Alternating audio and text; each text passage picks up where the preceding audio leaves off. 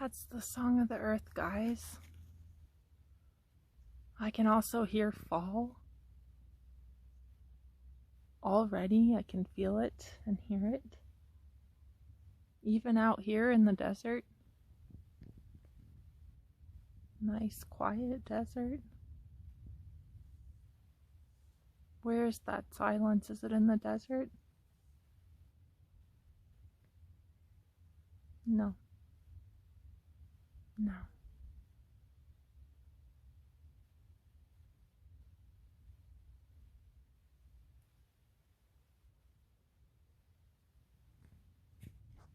That's who you are.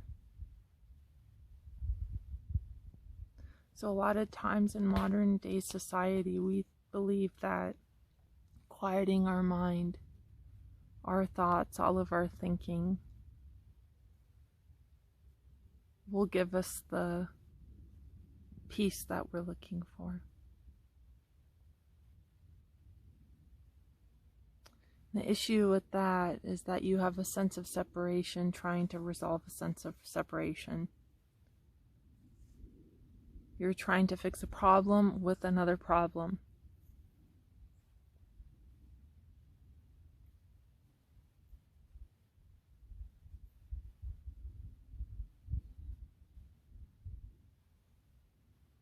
There comes a certain point where the only thing that makes sense is silence.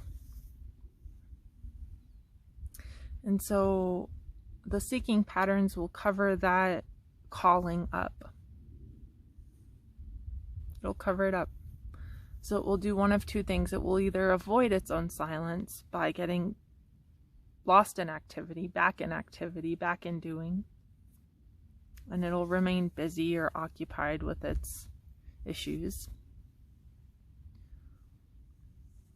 Or it will attempt to create silence in the world of form, in the world of separation. So it will move to beautiful places like this. It will try and change its job, its relationships, its environment. And it will attempt to enforce from the outside the peace. Create that. Both of those don't work. And so crises occurs. Crises is the best possible thing that can happen. Because then what may be found is an even deeper calling than silence. There may be a calling for absence.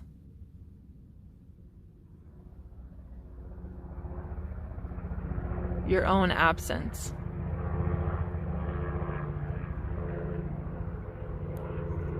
Again, the seeking pattern cannot remove itself.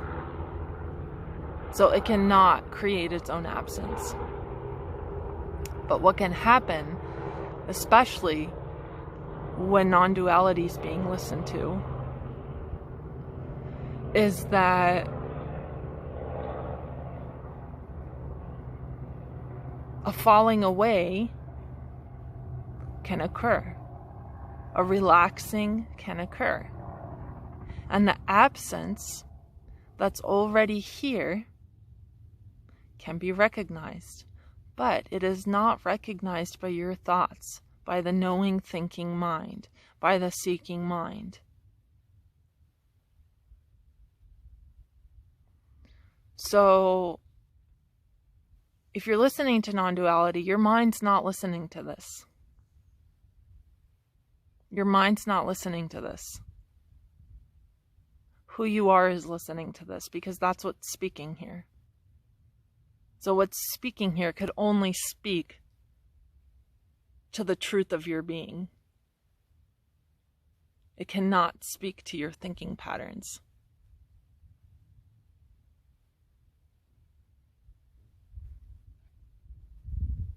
Even if I'm doing a video on some sort of aspect of a seeking pattern, it's my goal to remind you of the space in which that seeking pattern is happening. Because if I haven't returned you back to yourself, then I've just taken the role of a speaker and of a teacher and created a student. I've created bondage. I'm going to tell you guys something that may be quite difficult to hear because it's quite scary. But there comes a point where you have to let go of all your teachers, all paths, all pointers. And life has to become your pointer. Who you are has to become your pointer. The living being, the essence, the truth of all that is has to become your pointer.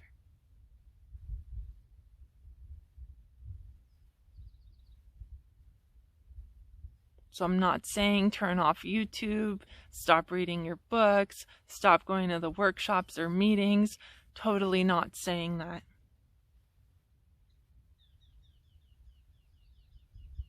I'm saying that there's no one here listening. There's no one here learning. There's no one here that could perform an action that could get you to or out of what you already are.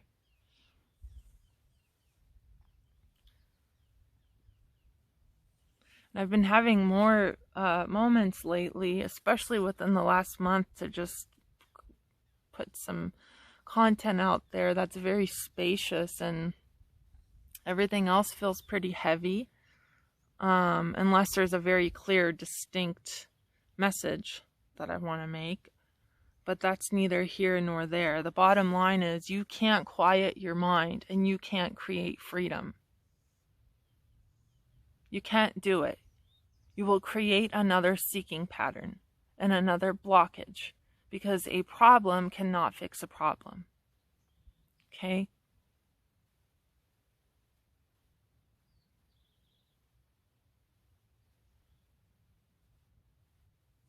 So let's see if there's anything else.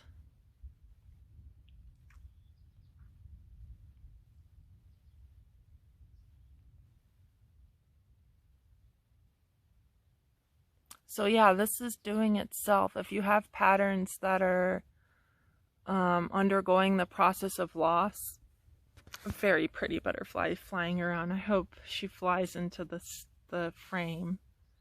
She's huge, bright, big yellow butterfly. If you have patterns that are collapsing right now, seeking behaviors that are letting go, and extreme space and absence is being created, don't get attached to that either. Because it's not going anywhere.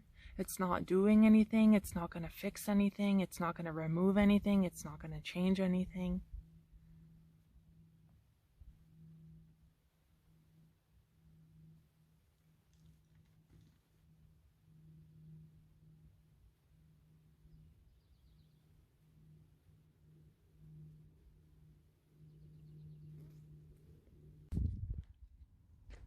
So yeah, I just had the perfect example of that. You have this huge thunderstorm coming in behind me, and I can hear its grumble. It's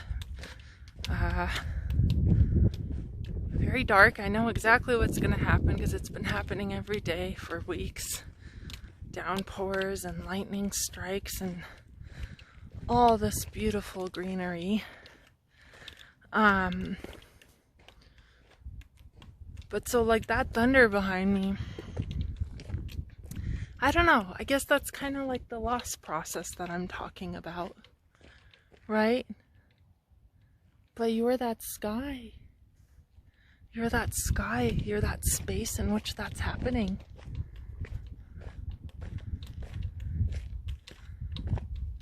And sure, the earth gets impacted by that storm. It gets impacted. But the sky does not. That infinite vast space created that storm. And it's also going to take it. But it itself shifts not at all.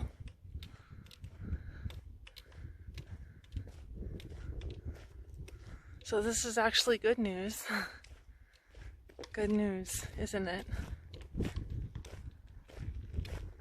That your freedom's never been taken, it's never really been covered up. It gives the appearance of a covering up. But what does that affect? Does that storm affect the sky? No. It does nothing to the sky. It's a part of the sky. It belongs to it.